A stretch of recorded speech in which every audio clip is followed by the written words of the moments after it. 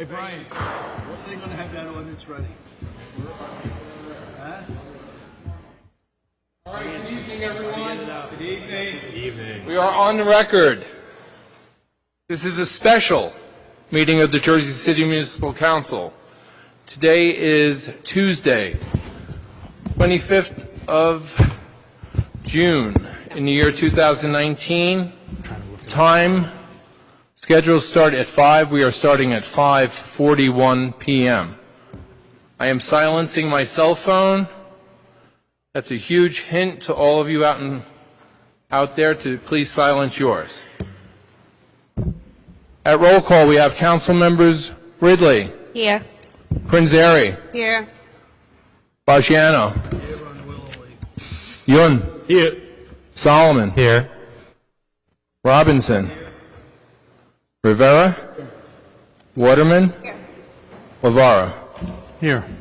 We have all 9 members in attendance. Would everyone kindly rise to observe a moment of silence?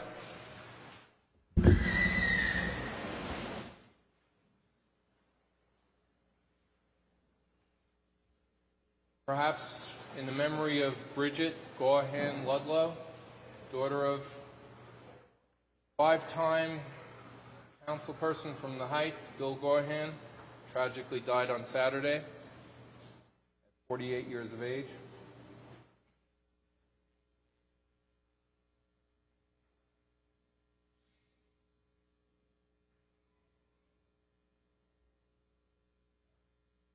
Thank you, everyone. Remain standing for a salute to the flag. I pledge allegiance to the flag of the United States of America and to the republic for which it stands, one nation, under God, indivisible, with liberty and justice for all.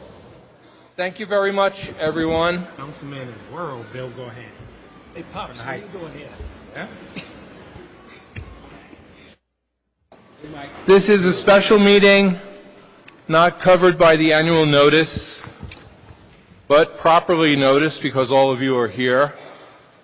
This meeting was sunshined on Thursday, June 13th at 2 o'clock p.m.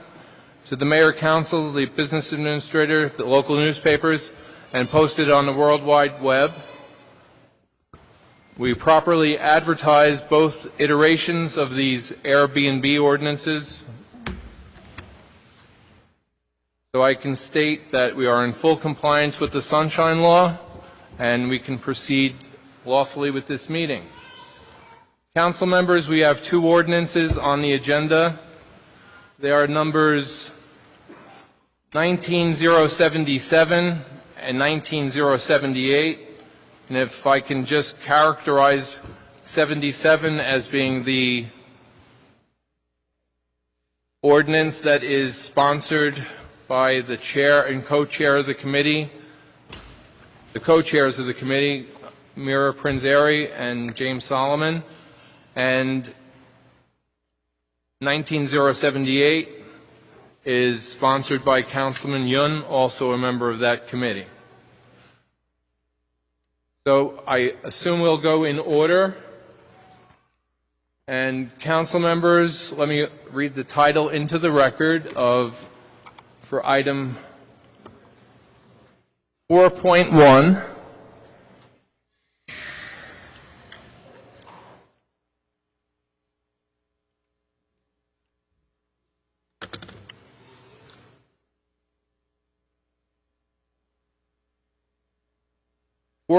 is City Ordinance 19077, an ordinance of the Municipal Council of the City of Jersey City adopting amendments to Chapter 3, Administration of Government, Article 10, Department of Housing, Economic Development and Commerce, Section 78, Division of Housing Preservation, and Chapter 345, Zoning, Article 1, General Provisions, Section 6, Definitions, and Article 5, Zoning and Design Standards, Section 60Z, Supplementary Zoning Regulations, and adopting Chapter 255, Short-Term Rentals.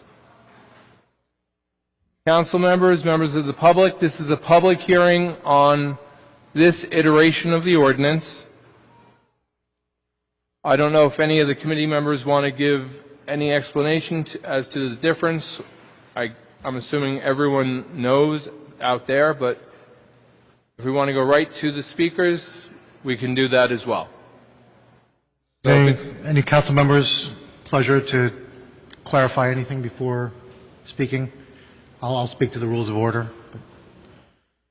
Robert, if I may, before we proceed with public speaking and the public hearing. that's fine enough. Council members, members of the public, we're holding a public hearing here and now on City Ordinance 19077, item 4.1 on today's agenda. Is there anyone wishing to be heard? Before we proceed, Robert, Yes, sir. I would just like to thank you all for coming out tonight. So we've got a packed room and a lot of people who are here to speak, and you're all entitled to speak, whoever wants to speak for on these ordinances. We ask that you conduct yourself with decorum while in these chambers as you speak, and we're going to strictly enforce the rules tonight so that everybody has an opportunity to speak and to be heard.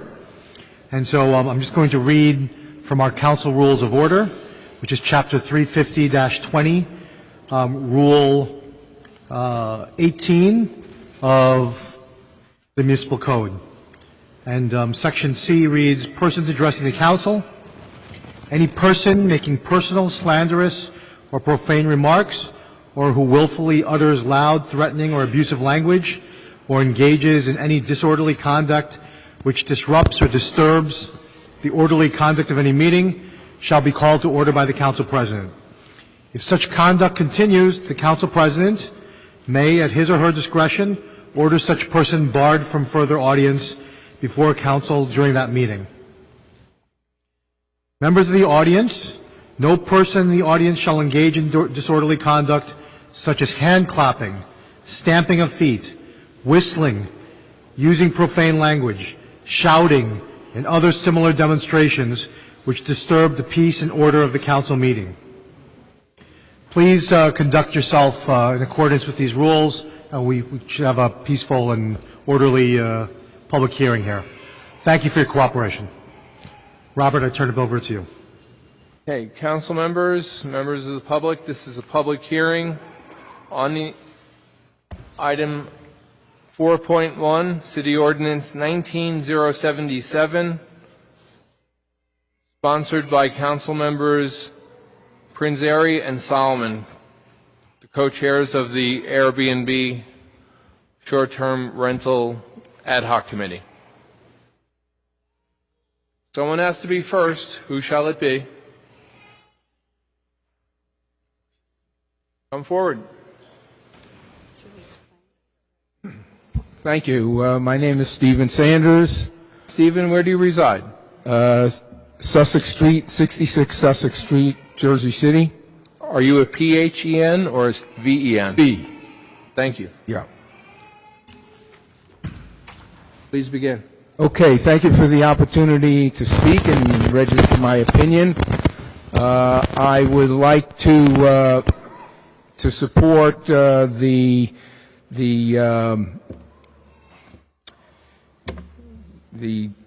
item that's offered by Councilman Solomon and Councilperson Prince Ari.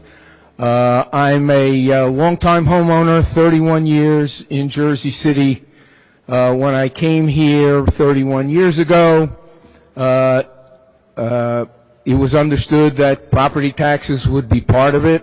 I've lived through several recessions, including the Great Recession of 08-09, and most recently have seen my taxes double. So I understand the uncertainties of owning property in Jersey City, and I have been willing to live with them. And so I'm merely suggesting that although I am sympathetic to other business people in the city, that uncertainty, certainly with respects to taxation and other fees of legitimate fees of the city, are just part of the cost of doing business. And so I appreciate the opportunity to support the bill that's offered by Councilman Solomon and Councilperson Prince Ali. Thank you. Thank you. Brian, before we continue, I just want to clarify for everyone, just another point of clarification, that the City Council will be considering both ordinances. Currently, this hearing is for the first ordinance, which is Ordinance 19-077. We're not going to make fine distinctions, and obviously if you're coming here to speak, we know it's in relation to this, it's a whole issue, so we won't be making finer distinctions about this particular ordinance or the next, but know that there will be, after this hearing, a vote on Ordinance 19-077, and just for familiarity's sake, that's the ordinance sponsored by Councilperson Solomon and Prince Airy, and the mayor and Allison Solowski of the mayor's office. Okay, Brian, my apologies. Okay, please step continue. forward, identify yourself, and please tell us where you live.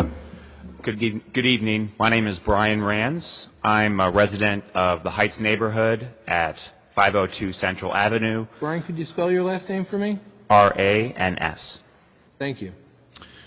Honorable council people, my name is Brian Rands. I'm the president of the Riverview Neighborhood Association, which is one of the longest active neighborhood associations in Jersey City. We're a 501c3 nonprofit that seeks to work with community partners, local government, and other actors to foster community pride and work on quality of life issues such as the issue that you're dealing with today. After consulting with our executive board, we proudly support Ordinance 19-077, which is co-sponsored by Councilwoman Mira Prince Airy and Councilman James Solomon. To the dismay of many Heights residents, both renters and homeowners, we're seeing our neighborhood being transformed from a community to a large-scale hotel. And we believe the best way to combat this, which includes, goes against the original intent of the zoning ordinance. It clusters our public transportation. It restricts the amount of supply of affordable housing, which makes it more difficult to find homes. We understand that our councilperson, Michael Yoon, has proposed a similar ordinance, and he's looking to grandfather in the current Airbnbs. But the big problem we see is the large buildings that have been bought for the exclusive purpose of using them as hotels, and that goes against the spirit and intent of the zoning ordinance. And it doesn't foster community pride when you have transient guests coming into our neighborhood, mostly for the profit of New York City and, corporations who own the buildings. For those reasons, we support Ordinance 19-077, which is sponsored by Councilwoman Prince Airy and Councilperson James Solomon. Thank you very much. Thank you.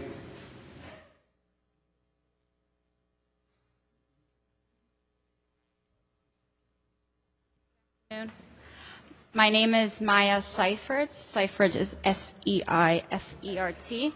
I'm a resident and a homeowner in Jersey City, and I currently live in the Journal Square area. It's 429 Fairmount Avenue.